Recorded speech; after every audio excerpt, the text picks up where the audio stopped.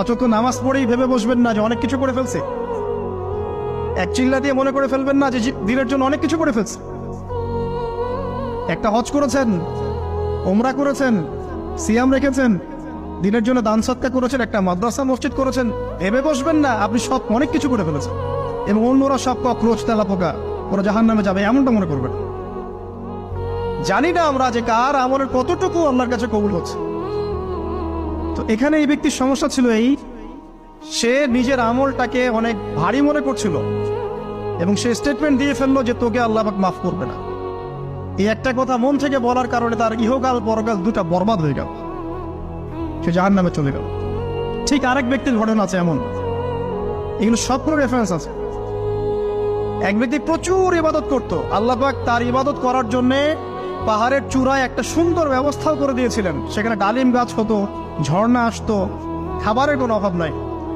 হাদিসে এসেছে 500 বছর সে ইবাদত করেছে। কত বছর? কিয়ামতের মাঠে এই ব্যক্তির অবস্থা এমন হবে, তাকে জান্নাতে প্রবেশ করানোর জন্য নিয়ে যেতে বলা হবে যাও আমার রহমতে জান্নাতে চলে যাও। আল্লাহ পাক তাকে এই কথাটা বলবেন, কিন্তু এই ব্যক্তি বলবে আমার আমলের কারণে, আল্লাহ পাক বলবেন আমার রহমতে জান্নাতে চলে যাও। ব্যক্তি বলবে আমার আমলের কারণে। আল্লাহ রাব্বুল আলামিন তখন তাকে দেওয়া সমস্ত নেয়ামতগুলোকে এক পাল্লায় করবেন আর তার সমস্ত আমলকে আরেক পাল্লায় করবেন। তারপর দেখা যাবে আল্লাহর সমস্ত নেয়ামত তার একটা চোখের সমান হয় নাই। কথা কি বুঝতে পারছেন? একটা চোখের যে নেয়ামত আল্লাহ পাকের, সমস্ত আমল ও 500 বছরের ইবাদত এতটুকু হয়নি। তারপর তাকে বলা হবে ওকে জাহান্নামে নিয়ে যাও। এবার জাহান্নামে যাওয়ার সময় সে বলবে আল্লাহ তোমার রহমতে আমাকে মাফ করে দাও। তখন আল্লাহ পাক তাকে আবার ডেকে নিয়ে আসবে, বলবেন যে তোমাকে যে আমি ইবাদত করার জায়গা করে দিয়েছিলাম, এটাকে তুমি নিজে করেছো না আমি করেছি? সে বলবে আপনি করেছেন। তোমাকে যে আমি সৃষ্টি করেছিলাম তখন কি তুমি কোনো আমল করেছিলে? বলবে না। তাহলে তোমাকে যে সৃষ্টি করেছি আমি, এটা কি তোমার আমলের কারণে? না। তোমাকে সারা দুনিয়াতে এত নিয়ামত দিয়েছি, এটা কি তোমার আমলের কারণে? সে বলবে না। তখন তাকে জান্নাতে প্রবেশ করানো হবে। কিয়ামতের মাঠে এমন অনেক ঘটনা ঘটবে যেটা আমাদের চিন্তার বাইরে। আরেকজন ব্যক্তিকে ডেকে আনা হবে,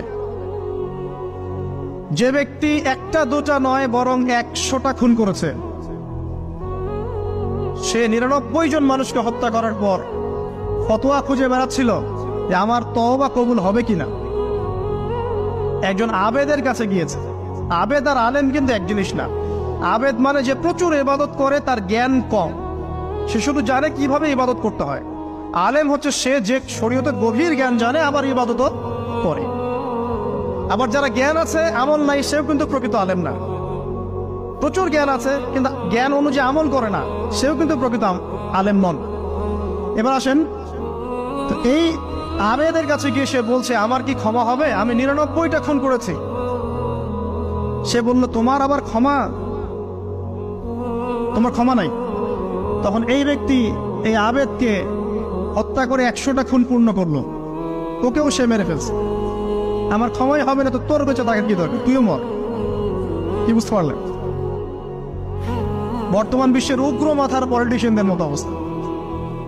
আমার দেশের সমস্যা, তোর দেশ পারমাণবিক বোম্বের উড়াই দিব, মানে এরকম একটা অবস্থা।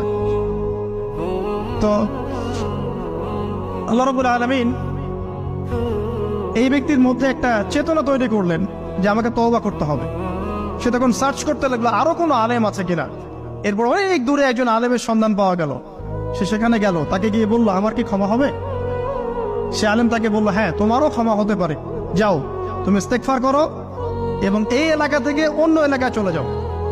মানে যে এলাকায় তুমি অনেক দিন ছিলে, যেখানে তুমি অনেক পাপ কাজ করেছো, এখানে থাকার দরকার নাই। তওবা করে তুমি অন্য কোথাও চলে যাও, নতুন একটা জীবন শুরু করো। এখানে থাকলে হবে কি, তোমার স্মৃতিগুলো তোমাকে তাড়িয়ে বেড়াবে এবং মানুষ তোমাকে খারাপ নজরে দেখতেই থাকবে, তুমি তখন কষ্ট পাবে। এই জন্য তুমি চলে যাও। তো চলে যেতে যেতে সে রাস্তায় ইন্তেকাল করে। এবার তার রূহ নিবে কে? এই জন্য দুদল ফেরেশতা আসছেন, জান্নাতি এবং জাহান্নামী। তাদের মধ্যে বাক বিতরটা হচ্ছে কে রূহ নিয়ে যাবে। তো জাহান্নামের ফেরেশতারা বলছেন সে এতগুলো খুন করেছে, তার রূহটা আমরা নিব।